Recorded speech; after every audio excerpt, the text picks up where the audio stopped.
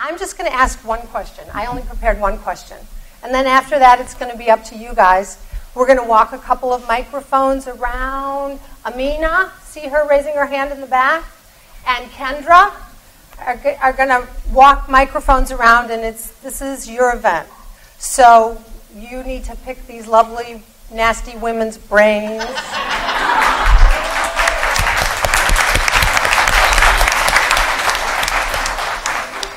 And we're going to learn a lot from one another tonight and have a good time doing that. Okay. After we do that, so that's mainly what we're going to do. We're going to save at 7:25. We're going to stop because I have a little bit of lightning round questions to finish us up at the end. Okay, so that's the agenda for tonight. This is an important year for women. This is a big year for women. There's a lot of stuff that has come out. And I know all you youngsters don't remember the stuff that some of us in this room remember. But this is, the bad stuff comes out, but it opens up a conversation and it allows us to talk and get to a better place. So there's an awful lot of bad stuff that has come out around mistreatment of women, mistreatment of all kinds of people. I think it puts us in a place, hopefully, where we'll be able to have honest conversations. This is maybe the first time we're going to have a female president of the United States.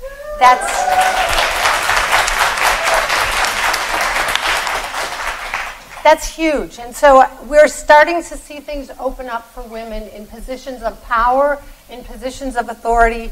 So what we need to remember that we want to do is to support one another. An author who I really respect, who's over at Hastings, not to be in competition, Joan Williams, said we need to support one another. Don't judge other women on the right way to be a woman. We can all just accept who we are and that we can do things differently. There are many styles. And remember that we're all fighting our own battles. So speak kindly. We all need kinder speech in the world today. So that's my note for tonight. What I'd like to do now is introduce our panelists. And I'm going to start with Javelle Lamano, who's sitting in the middle. Javelle?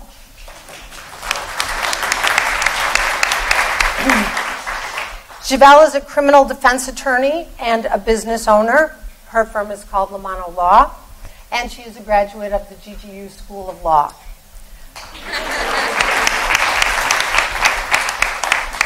Javelle represents people who are charged with misdemeanors and felonies, and she also represents people in appeals cases.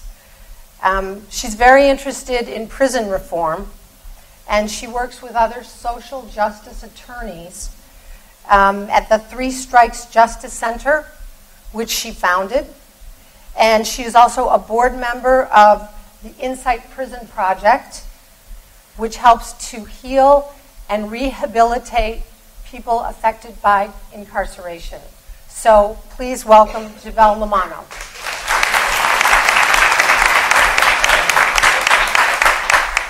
Can't wait to hear from her. Sophia Tulchinsky, on the far end from me. Sophia is the Senior Director of Global Business Planning and Strategy at that big thing going up over there, Salesforce. And all the other buildings around. You guys are everywhere. Sophia has also held other leadership positions in Salesforce, and previously she's also worked in operations and in alliances and sales strategy at Exigen Group. She holds undergraduate and MBA degrees from GGU.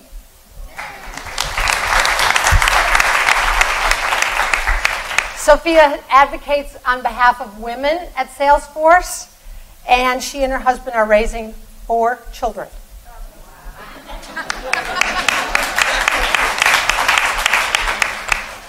And right next to me here is Susan Lovegren. Susan is Chief People Officer at AppDynamics. Where's her posse? Susan brought her posse. She is an HR professional, and she is a graduate of GGU's Master of Science in Human Resource Management.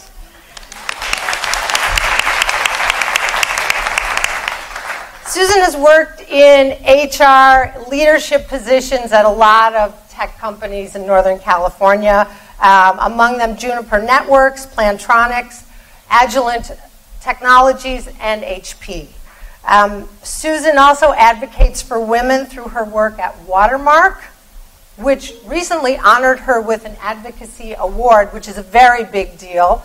And she also works at Catalyst, which supports women in business, as a board member there. She's also a mom to 3 boys. Please welcome Susan.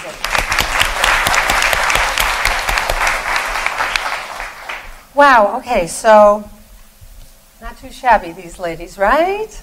All right, so I have one question for each of you, and maybe, Susan, you'd like to start.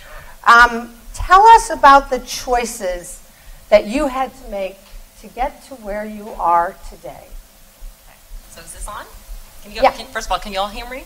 Okay? Yeah. Great. Okay. So, choices. I don't know if they were always intentional choices, but the way I would look back on my life and reflect on it would be that life is full of many seasons. So I think early on when I was starting out, I knew that I was an extremely driven person. And so as far as conscious choices, and this is a little bit like Sheryl Sandberg, I was very conscious about who I was going to marry. And I wound up getting married fairly young and not really expecting to get married when I did. But I made a very conscious choice to marry somebody who would be a good father, who I had a lot in common with, where you had common values and a common vision towards where you were trying to take your future. And so I think I made a conscious choice and married well, and that served me well throughout my career in terms of having somebody that I could lean on and that we could work together as a team. So I would definitely put that in the conscious choice bucket. From there, I think looking at the first part of my career, consciously selecting companies to work for where I could grow and develop. So companies where I could learn from others was a very important criteria. So joining HP early on in my career was such a gift.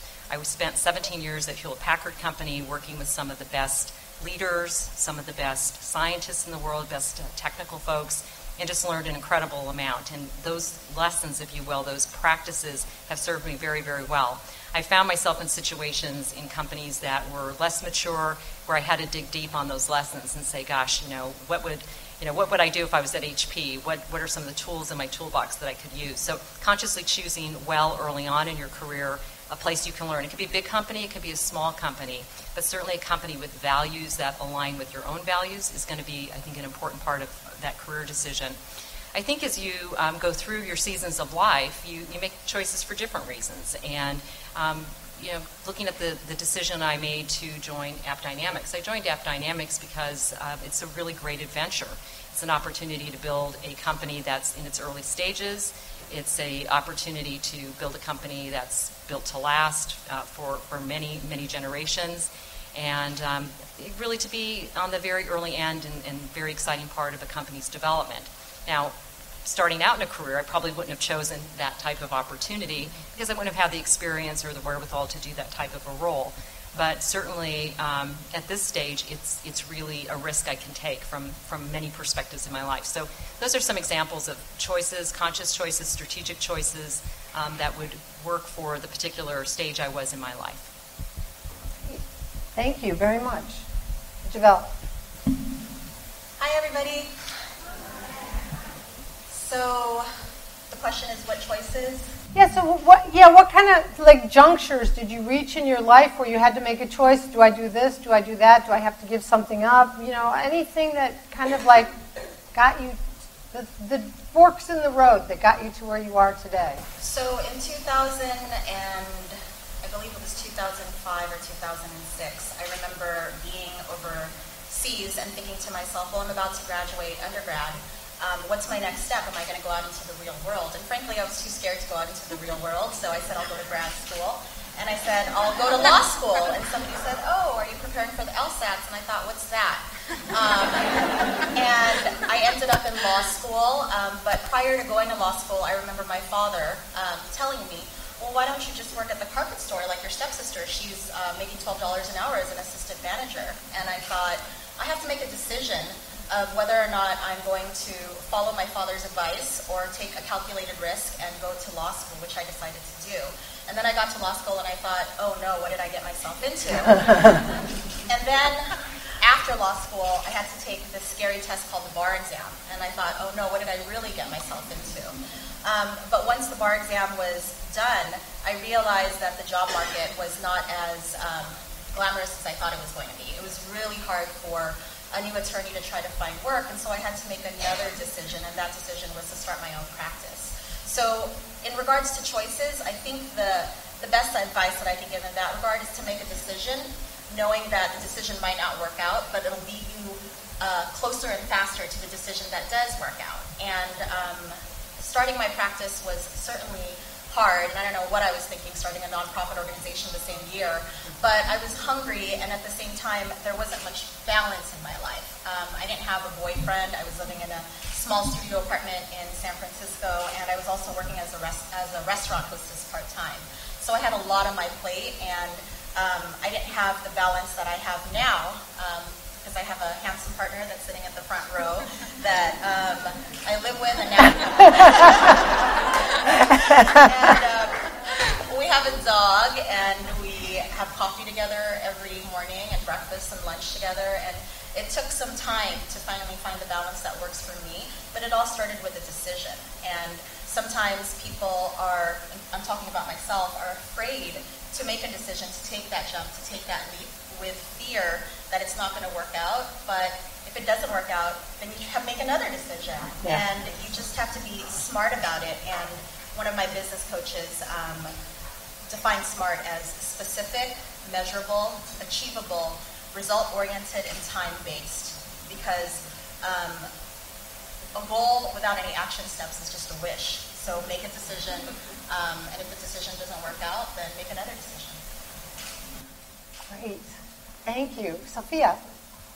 Well, thank you for having me. I have to say, when I was getting my degrees at Golden Gate, I didn't exactly imagine that I would ever be sitting in a room like this talking to a group like you. So thank you very much for having me. I have a bit of a completely different experience because I wasn't thoughtful in my choices. And I came to Golden Gate, and I'll be completely transparent, because my high school record was less than stellar, and Golden Gate was nice enough to accept me. But we see talent. We know we spot talent. Right. That's right. Feel the potential, right? But here I was lucky enough to excel, and I think one of the reasons I excelled was that this was a very different learning path. You're with professors who are working people who have chosen to give time to us as students. So you definitely get a very different perspective than, I was mentioning, at Golden Gate I was not in a room this size. Apparently it's a new room. That's why I wasn't in it. But, our average class size was pretty small, and you really got to feel your professors. I had my first child while I was here. And so when I left school, and I have an MBA, by the way, in healthcare management. As you know, I'm in the technology world, have not done anything in healthcare management. So that's another thing to kind of understand, that whatever you are doing today or whatever your degree is in, that should by no means stop you from maybe looking at something completely different, even if it's not what you, because what I learned at Golden Gate is how to think. And I think that's the most important thing I took out of my experience at Golden Gate. I learned deductive reasoning. I learned to be sharp and fast and confident. And all those things are really what we need to succeed, whether we're female or male. We just need the confidence in our own skills. I went to work for a technology company because my friends were there, and it was a startup, and they're like, we need people that are just, and that's when I joined Exogen, that was created by founders of another company that had gone public, and they made a ton of money, and they decide to leave and start their own company.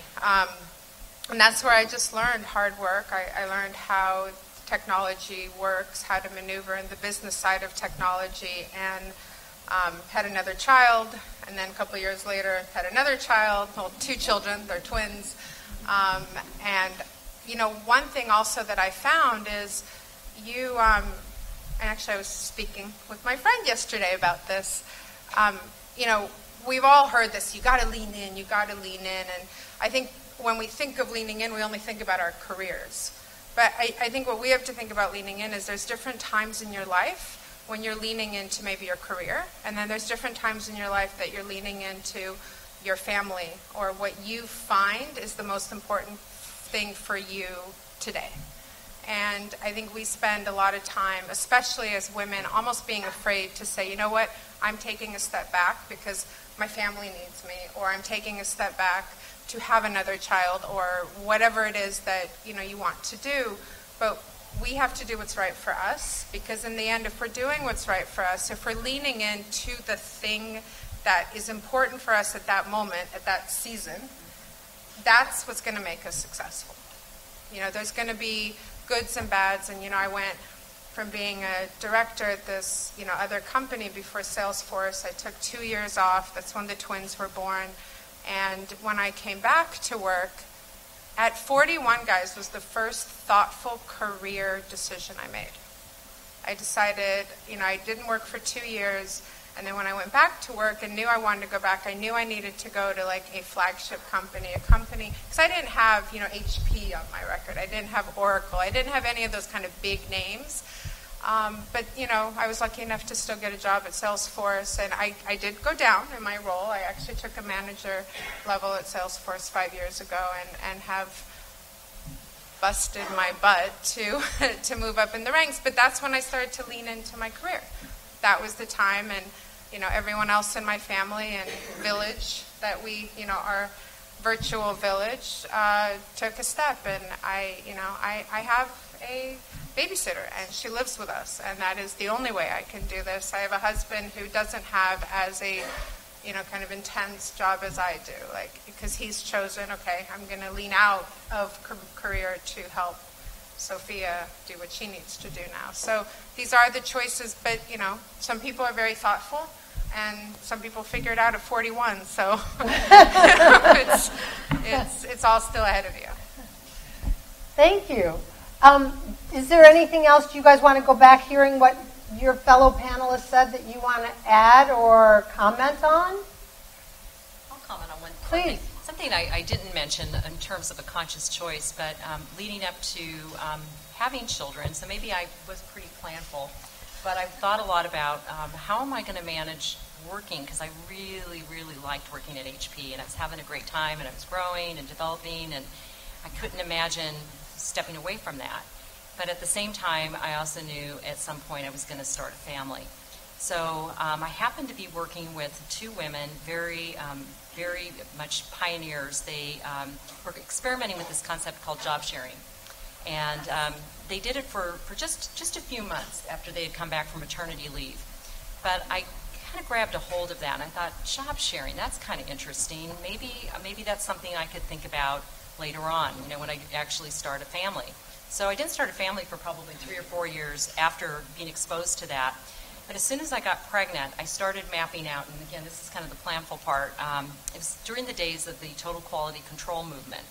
And all those same tools around, you know, looking at potential problem analysis, Venn diagrams, documenting, you know, everything that could possibly go wrong. I started listing all of the reasons, you know, that were positive about job sharing and all the things, the potential problems it could cause for the company, and how I would mitigate those problems. So I had this whole proposal, and then I just needed to find a partner, somebody that I could job share with. So I had a woman on my team. I was managing a staffing team at the time, and I thought, she seems to have, you know, similar values to me. She's a hard-working person. She's got 2 small little boys, and I know she really doesn't want to be working full-time. So I approached her and asked her, I said, would you consider doing a job share? And she says, boy, you know, that's kind of out of the blue, and that's something I really hadn't considered. And I pulled out this proposal, and I said, I think this is, what we could do. We could take this to our manager, or maybe take it to the general manager and see if this is something that would be seriously entertained. Because if we can do this, this would be something I'd love to do for more than a year. This is something I'd like to do for a season. And she looked at it and agreed that it was something that she felt pretty committed to as well. So interestingly enough, we went through that whole process, and the biggest obstacle was an administrative one around how to count the head count, was what we found out, which was kind of ridiculous looking back at it. But the great news about that whole scenario was we wound up in a job share partnership for about 7-8 years. We took different jobs throughout our time at HP, promotions as well. And what we often said to people is that, we're making our lives work. We're integrating our lives and our careers. We're still extremely serious about what we're doing here at work. This makes us no less serious about what we're doing. We've just managed a way to do it a little bit differently. So it took a little bit of getting used to on the part of managers and even people who reported to us. And the biggest compliment to us was when people called us the wrong name, because we were interchangeable in terms of our work. So we became this partnership for quite a few years, and honestly it kept me certainly in the workforce, and I look back on that, and those were really critical years from a working perspective. And had I not had that little bit of flexibility and that tiny little bit, that little window of a role model, somebody kind of experimenting very early on, it's like, how can I take that concept to the next level? So, pay attention, be innovative. Don't think everything is a closed door. Be intentional around that, and take some of those learnings, those business tools like the TQC model, and look at how you can apply some of those same concepts to what you're trying to achieve in your life. And so, I think it's a pretty good example of kind of thinking a little bit outside of the boundaries that you may think are there for you, and in fact, you can have maybe have, I want to say have it all, but you can't really have it all at the same time. So, but you can figure out some ways to make it a little easier. Staying in the workforce is a real plus. That's a really smart thing to do, to not stop out totally. I agree. Javelle? I think that everybody in here is a go-getter in some fashion, because this isn't a required attendance, and everybody is here for some reason. And if you're a go-getter, more than likely you're pretty hard on yourself, because I know I'm pretty hard on myself about things that should be done by a certain time and date. And I sometimes am really hard on myself, thinking, I'm 36, where should I be at this age? Where should I be at 50? And beating myself up about what I should have done by a certain age. And so I just recently, this year, have learned to be kind to myself, because as personal development always precedes professional development, and I've learned that the hard way. And you really are an average of the 5 people that you surround yourself with.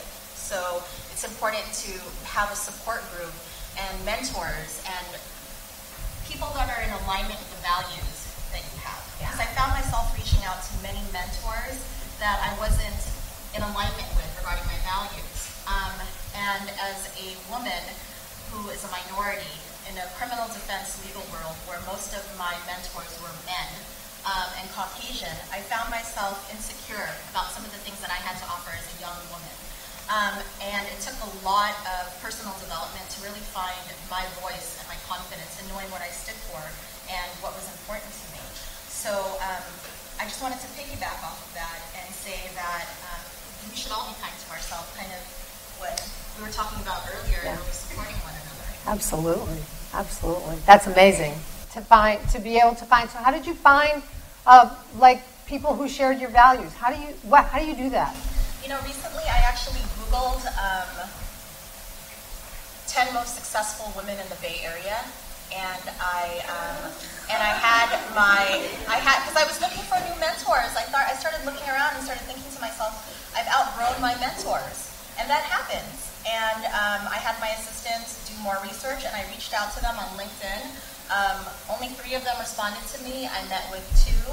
One I was not in alignment with, and another I was in alignment with. And the woman that I met with that I was not in alignment with, she was on the go, busy. And I would have been in alignment with her a year and a half or 2 years ago. And I said to her, how do you find a balance in your life? She said, honey, I'm not looking for a balance in my life. I'm a hustler. This is what I do. I work. love. And I thought, oh no, looking a year and a half, 2 years ago, would have said, well, I better hustle too, I better get on it. And instead I said, no, that's not what's important to me right now. I think that there are three things that are important. Time, money, reputation, and then, that's not the only three things that are important, but that's what I identified as a single young woman trying to find my place in the world. And I realized that what was more important to me at that particular moment was time, not necessarily money. When I just got out of law school and was done being a hostess, yeah, money was more important to me, but now it was time. So I met with another woman, and she was more in alignment with my values, and she said, I'm really trying to find time, and this is what I'm doing and manage my time. So I have time for myself to do whatever it is that I want to do. And I realized that I needed to stick with her more. And that's okay, because everybody has a different way of doing things. But really knowing oneself and personal development and being comfortable in your own skin with the confidence that it'll change from time to time is okay. Awesome. Sophia, did you have anything you wanted to add or No, I think comment we should open on? it up. Let's open it up. Talked enough. Great. All right. So questions, raise your hand high so that the people with the microphone can come and get you. Look, over here. Dun, dun, dun. And did you get it on? Turned on? Great. Hi. So you said that your mentor is helping you figure out how to manage your time and that she has strategies. What are those, and how do you all manage your time with your life? I was talking to a friend recently, and she was talking about the firm she's working at. They don't call it work-life balance anymore. They call it like work continuum. It was something crazy, and I was like, that's not what I want. I love my job, but I need, a life. And so how do you manage that? So one of my mentors said it doesn't matter if you're Obama or a law student, everybody has 168 hours in a week. I like to sleep 8 to 9 hours a day. I don't compromise that. So if you do 8 hours times 7, that's 56, minus that out of 168. I take my time in the bath. I don't take showers. I take a bath, a long one. And then there's travel time, and then there's grooming yourself, and then there's maintaining your sanity. Breakfast, lunch, dinner. I'm learning how to cook. I use a slow cooker. So if you really calculate the amount of time that you actually have, if you have kids, even more so. But essentially, we're left with a wiggle room of anywhere between 20 to 60 or 70 hours in the week, really, if you think about it. And if you focus on what's really important to you, and I do goal setting very often, every quarter. Every 90 days, I think about what are the things that I want to achieve, how am I going to achieve it, how much time is it going to take me, and if you look at it in that regard, then your goals can really be realistic if you have a strategic plan on how to get there. So that's what one of my mentors told me, and then I realized, well, maybe I don't want 2 puppies, maybe I don't want, everything that I think I want, because this is more important to me than that. So I think some of this depends on also, A, the type of work you have, and B, the type of personality you are. I'm in a role where I have to be very reactive. Actually, when we had a call about this, what we were going to talk to you guys about, I had to say, I'm sorry, I need a minute because I got this urgent, I need this now. That's the role I'm in. So you have to, it shouldn't be a work-life continuum, but I think there is a work-life integration. And for me, it comes down to, because I have children, I need to have the flexibility to, I'm going to a game, or, I'm going to some school event, but I also have to know that I will likely put the kids to bed and get back engaged. I also have the personality that I can answer an email on the go and forget about it and keep going. Whereas, I have friends that say, no, this is the box that it gets put in, right? But because they can't kind of swoop in and out. I think it just depends on you personally. If you feel you can swoop in and out, if you have if you seek the type of kind of action that I have seeked, obviously, because I'm in it, then your personality has to fit that. I think that it's, again, just knowing yourself and knowing what you need. Choose the type of role that is going to be right for you. And sometimes I understand, especially starting off your career, you can't necessarily choose your role. Sometimes your role just kind of chooses you. But over time, you start to see kind of what I talk to some of my younger analysts about is you can't decide on yet what you like. You kind of have to just go through a series of the things that you don't like, Yes, right? Because we don't know what we like. I may like something, I don't even know, in a couple of years I may find something, I'm like, oh my God, I love this. And I didn't even know it existed. This technology world that we live, I graduated Golden Gate in '96, and I think Netscape had just launched, and we had a computer lab that, we were all excited we get to go in there and do stuff in there, right? And now look at us, right? We can't walk away 5 steps without our phone because, God forbid, we might miss something on Twitter. So, Speaking of, #GGU women. yes. So I think that's the goal. Know yourself. Know what environment you can function in. Are you the fast pace that can kind of swoop in and out? Great. Then that's the type of role that you're going to gravitate to. Are you the one that wants to sleep 8 hours and has this, I want to be able to do this, and this?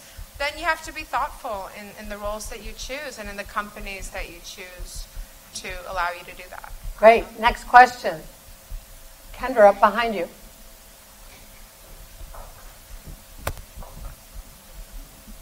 Hello.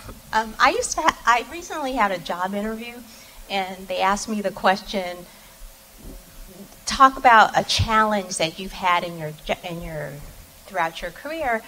And normally I would have pulled out of the hat some big project that I worked on and how successful it was in the end.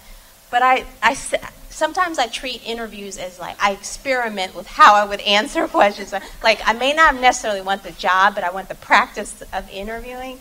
So I said, well, actually, it wasn't a project or anything. It was the people dealing with having these interpersonal relationships that I felt was a challenge. So my question to you is, throughout your career, how have you managed those relationships and especially those challenging relationships that could impede your career? So I was just curious. Nice question. Best practices. Yeah, great question, and I'm sure you guys have some good answers to that too. I think something that is super important, regardless of what your position is empathy. So if you can put yourself in somebody else's shoes and try to understand where they're coming from and understand the context in which they're responding or how they're acting in a certain situation or what other pieces of information might be in their history, you tend to not react the same way. I know for myself, when I'm tired or I'm not listening as carefully or putting all I can into trying to understand somebody, when I'm really not seeking to understand, that's when the relationship tends to get a little sideways. So from my perspective, I think being conscious about the listening, the empathy, the understanding of the context, I think you have fewer of those interpersonal conflicts. Because there's usually something else going on. I'm not saying it's always perfect, but all you can really control is how you react to things, and I think having that perspective about kind of looking at it a little bit bigger picture sometimes helps to diffuse that a little bit. For me, it's been a lot of empathy, for sure, because I think when you're working through kind of some challenging things, in my role, we work with a lot of executives, we work with a lot of kind of process problems, and we think through, in the future, where could we, it's kind of like a chess game, where do we move things? And of course, everyone has their own opinion and their own. The important thing is to look holistically at it. One thing probably challenging the most, I think, in business interactions is people are thinking, okay, but this is for me, and this is how it's going to solve for me. But then if people think maybe open up that circle just a little bit, your me could solve maybe 3 or 4 people's other problems or inefficiencies. And I think empathy is by far one of the most important things. But the second thing is thinking about not just your little box, but how something you do could actually affect. And also just understand that sometimes you have to kind of act like the salesperson. And if you do really have a challenging, if you think of when you're in a store with like a good salesperson, they're not like all over you hard sell. They're like, oh, you look like you might like purple. How about a purple shirt, right? And sometimes you have to treat business relationships that way. You have to think about what is it that you could say to make them feel better about what's happening. You know, what are some of the things that maybe some challenges that they've gone through that you could, you know, help them with, completely different than maybe what you're trying to solve, just so you build that relationship. Empathy and relationship with the people will be what the best way to kind of deal through challenges, I think. Right. Another question. Here we go. She really wants to ask. Thank you. First of all, thank you so much for being here tonight. I really appreciate it, and thank you for all the organizers who put on this event. So I'm hearing a lot about conscious decision-making and strategic planning. How do you deal in the face of setbacks? I graduated with my master's a year ago, and I've been having a lot of setbacks, which has been really challenging for me. So I'd love to learn what are some of your strategies in the face of setbacks when things don't go according to plan. So, I forget her name. It's either Brene Brown or Renee Brown. Yeah. Who talks about Brene Brown. Brene Who talks Brown. about the power of vulnerability.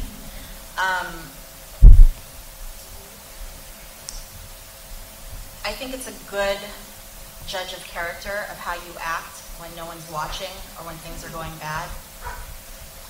And when things just don't seem to be going right, it's the best time to just do the wrong thing and act out and feel sorry for yourself because it's so easy.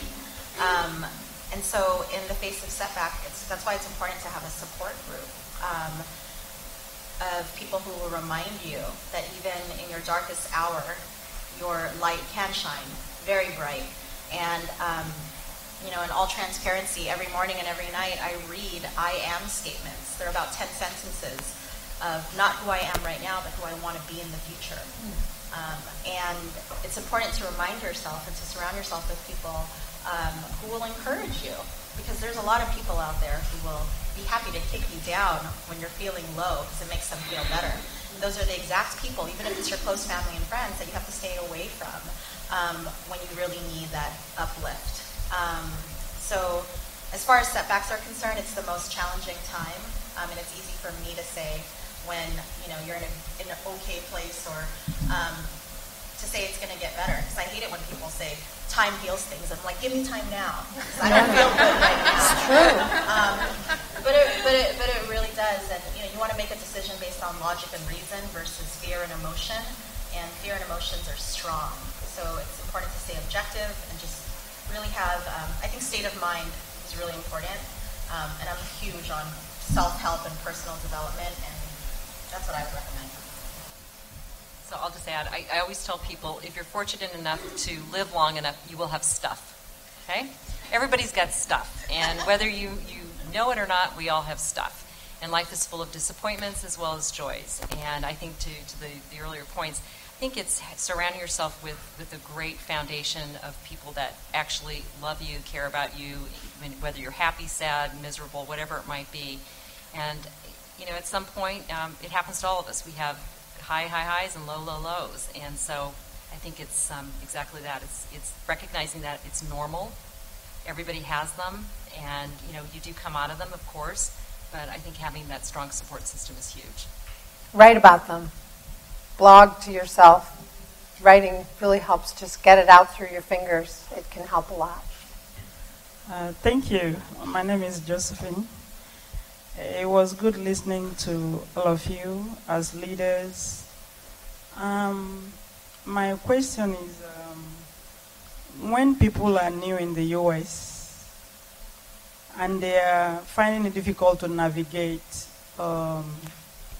like job-wise and all of that, even after passing through Golden Gate, what advice do you have for them? Because for you to live well in the Bay Area, money is very important. you cannot live comfortably in the Bay Area if you don't have adequate or a good job. So what's your advice for people who don't have enough network in the US because they are immigrants? What is the way forward for them? Thank you. Yeah, why don't you start? Yeah. So I think a couple of things. The great part about the times that we're living in right now is the fact that we have social media and we have tools like LinkedIn and we have a lot of communities. I think developing your network is probably the best thing you could do. Sitting in this audience, I'm going to challenge you to make sure you introduce yourself to about 15 people before you walk out the door. So paying attention to the things that are available to you through your university program, through friends, through other businesses, ask for introductions, putting yourself out there a little bit, asking for people to meet with you for coffee. You'd be amazed. People love to help other people. They truly do. And, in return, help them. You could start by doing something as basic as, would you like to learn something about my background or something about what I bring to the party, and make new connections that way. And I think over time, it's much like a person graduating from college. They don't have a big network. They don't know anybody. They don't really know how to get started. And it's usually through 1 or 2 or 3 relationships. It's like, hey, I'm looking for a job. I'm looking to, this is the type of company, this is my background. Please introduce me to somebody if you know of anybody. I think all of those things, and not giving up and not getting discouraged, but just looking at it as an exercise every day, that I'm going to do 3 more things towards my goal today that'll get me closer to that. And eventually it will come together. Yeah, everybody, introduce yourself to people you haven't met before tonight. Seriously, this is one of our main objectives here, is to develop a network. So make sure you meet at least 5, I'll go 5, 15, or 10 before you go. Hi, thank you. My name is Lene. I want to say I get really inspired to see how driven you are, and thank you so much for all that you're sharing. So my question is, in your earlier stages too, when you want to learn more and you want to take on new opportunities and not say no and keep taking every opportunity that you got, how did you ensure that you didn't get burned out? Or how did you manage to see what you really want to do? Because that's what I've seen, that you want to learn as much as you can, and you want to say, I have a weekend off, I can do that and take on more projects that you can. So how did you manage that? So definitely when you're starting out, it's harder to manage, in fairness, right? Because you do want to learn. You don't want to be the one that says no. But I think what you do is you set up your own boundaries, in the sense of, when I started working, I was at a startup, and it's just, I didn't even know what I was doing, but everybody just, has to do whatever they can to get the business moving. So it depends what kind of environment you're in, right? So if you are one of those that really want to be in this startup life where you're going to just kind of grasp at whatever's out there to do, then you go after a company like that, and you're going to have to set your own boundaries. So you'll have to say, my off limits is, Friday night to, Sunday at noon, but if you really need me to do stuff, I'll do stuff on Sunday. Or you say, no, my this is my limits, but unfortunately as the proverbial shit hits the fan, then you do stuff.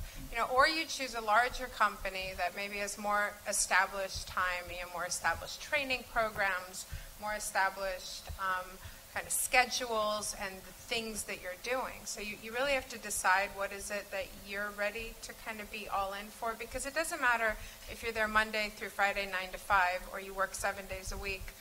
You have to be all in for whatever that time period is that you've chosen. And you don't know, like you said, I think you mentioned something like, how do I know what I like? Well, you don't, right? So you're going to do different things, and over time, you're going to find that niche of yours, right, that really is exciting for you and interesting for you, and that's just over time that's going to happen. So decide where it is you feel most comfortable. Do you feel at established company, in established industry, or are you just going to be that, the ticket comes out and you go and you do it? So that would be my advice in the beginning. One quick comment on it, and I think it's less about thinking about getting burned out. It's about managing your energy. So follow your energy. So you know when you're in flow. You know when you could work 24 hours and it's like, whoa, I didn't even realize the sunset, because you're just having such a great time at what you're doing.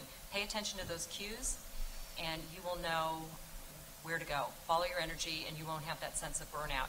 Pay attention, take care of your health, your sleep, your diet, your exercise. That will also, think of yourself as a bit of an athlete going to work, and follow your energy, and that really is more of the compass, I think, than trying to box it into, I've got to work the weekend or this or that. When you think about that in that way, that's what does burn you out. That actually is like, it just makes you bitter and resentful about working. But if you get energy from it and you feel like, I'm really in the flow with this and I'm having a blast and I'm meeting all these great people, a lot of it is an adjustment. And if you do find that right thing, you'll feel that, and you really won't experience that level of burnout. Here's another one. Okay. I was going to actually comment on the lady who said, how do you find work in the United States when you're from another country? Being from another country, you need to tap into the resources of the community. For example, being from Africa, there's African communities here that help women start businesses, or they help them give job share programs to them. Also, I was going to be a lawyer, but I decided not to. And there were a lot of programs out there that were talking about how you can, scholarships are out there, how to start up a business is out there. You can also go to Small Business Bureau, and they have a whole team of experts that can help you. Thank you. Wow. That's good. Okay, I think there's one person you have to meet. Here's an introduction we got to do right here. So being a woman of 50 years old, I've raised 2 children. One is a PhD student in New York. The other one attends Hampton University in Virginia. And with both of those students, I gave up my opportunity to go to school. And at 50 years old, I often ask myself, do I really want to go to school? I went from welfare to making $150,000 a year. And I've worked very hard. Yeah, really. But my issue was, at the age of 19, when I became a mother, I gave up my opportunity to go to school. Mm-hmm. So now that one is attending a PhD program and the other one is gone, I decided to go back. Woo! But there are times where I get scared. I work a lot because, I work as an HR director, so I work a lot. And I have to decide what is important to me. So when you brought up the choices, that was really important for me to hear. But what continues to keep you academically, what as you had children and as you were doing these things, and I wasn't brave enough to do both. I had to do one or the other because I didn't want my daughters to not have a career. So I gave up my career so they could have a career. But what kept you academically motivated during the time you were having children, for you to keep pursuing your academics? And how did you do it? I know there's times for me where I want to just give up because they're asking me to write an essay every week, and it's challenging. I mean, I don't, and so then you start doubting your intelligence, right? Because you wonder, well, can I do this, or am I just too old? Yeah. And I deal with that a lot. Am I just too old? Why would you want to go back to school at 50 when you're going to retire at 65? And so I struggle with that because I say to myself, well, I want a career. Even though I have a career, I want to give myself the same thing I gave to my daughters, which is an opportunity to be educated. But learning keeps your brain young. You're making, your brain really work. It actually will lengthen your happy life to go to school. And I think you have to remind yourself of that. When you're aching and hurting with all the writing and all the work and all of that, you have to say, this is really good for my brain.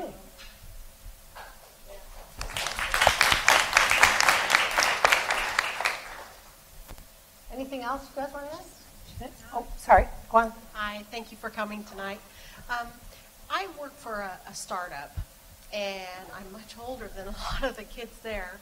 And I guess I'm having a hard time being a doer versus a strategic person.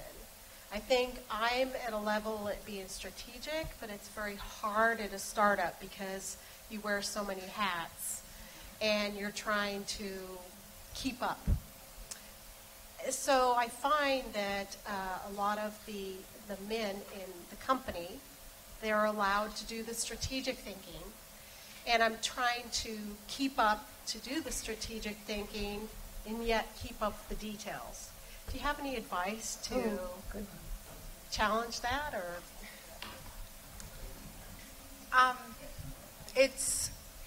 I have a similar role in a similar situation. Everyone on my team is literally 20 years younger than I am. And I think part of it is our fault of stepping away from the details. I think as a manager, what we have to learn is that we have to delegate.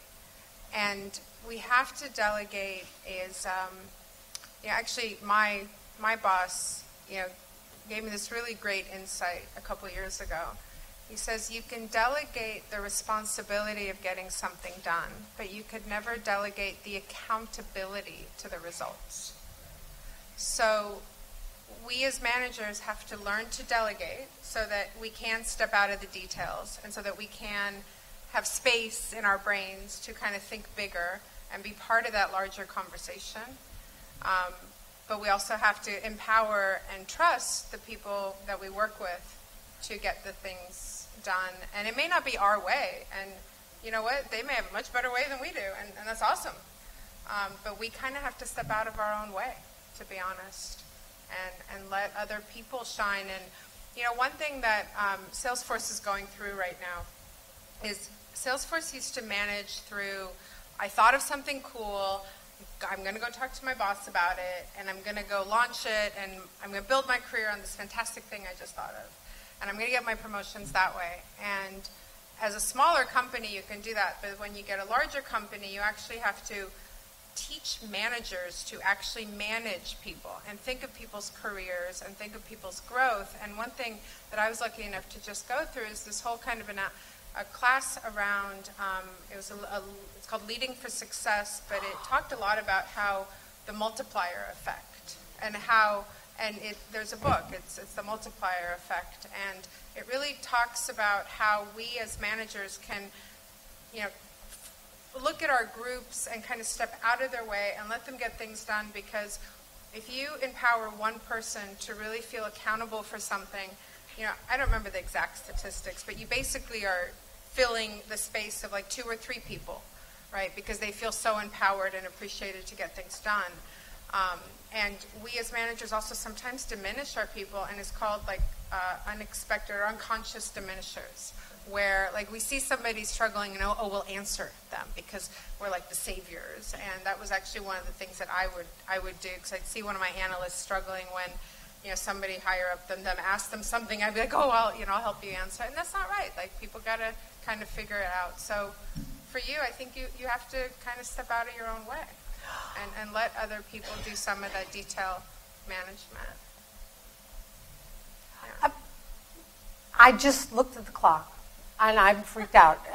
It's 7:30. Don't freak out. We could go on like this for hours, right? This is really interesting. I want to thank you guys. I have a few quick questions to ask at the end here, and then we're going to have to call it in so we can all meet 15 people before we leave. This is what we call a lightning round. You don't have to think too long or as quickly as possible. I'm going to ask each of the people. I'm going to start with Sophia, and then Javelle, and then Susan. On this, what do you like to do to have fun in the Bay Area? Sophia. Lately, it's been drinking. I hope there's...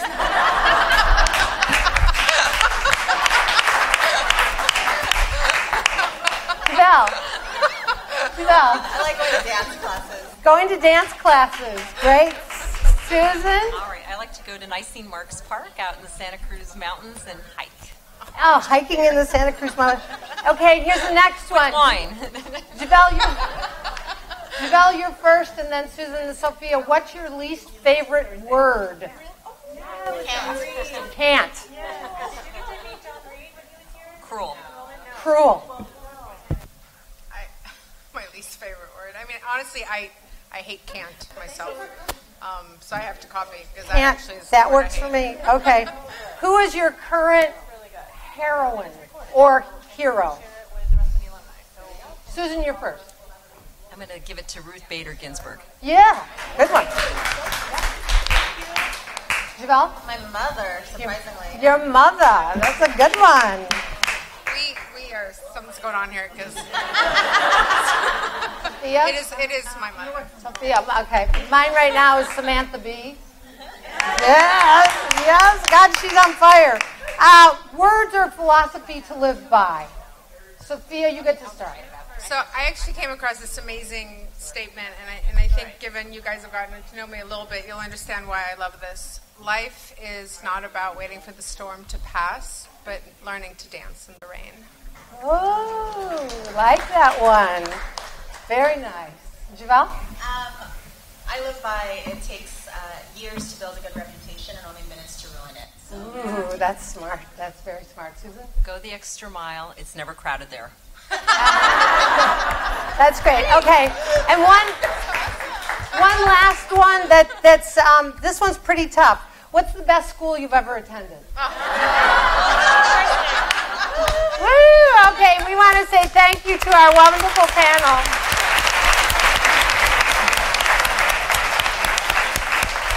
And thank you all for being here tonight. It's a pleasure to see all of you, to meet so many of you. We'll see you next year. Thank you.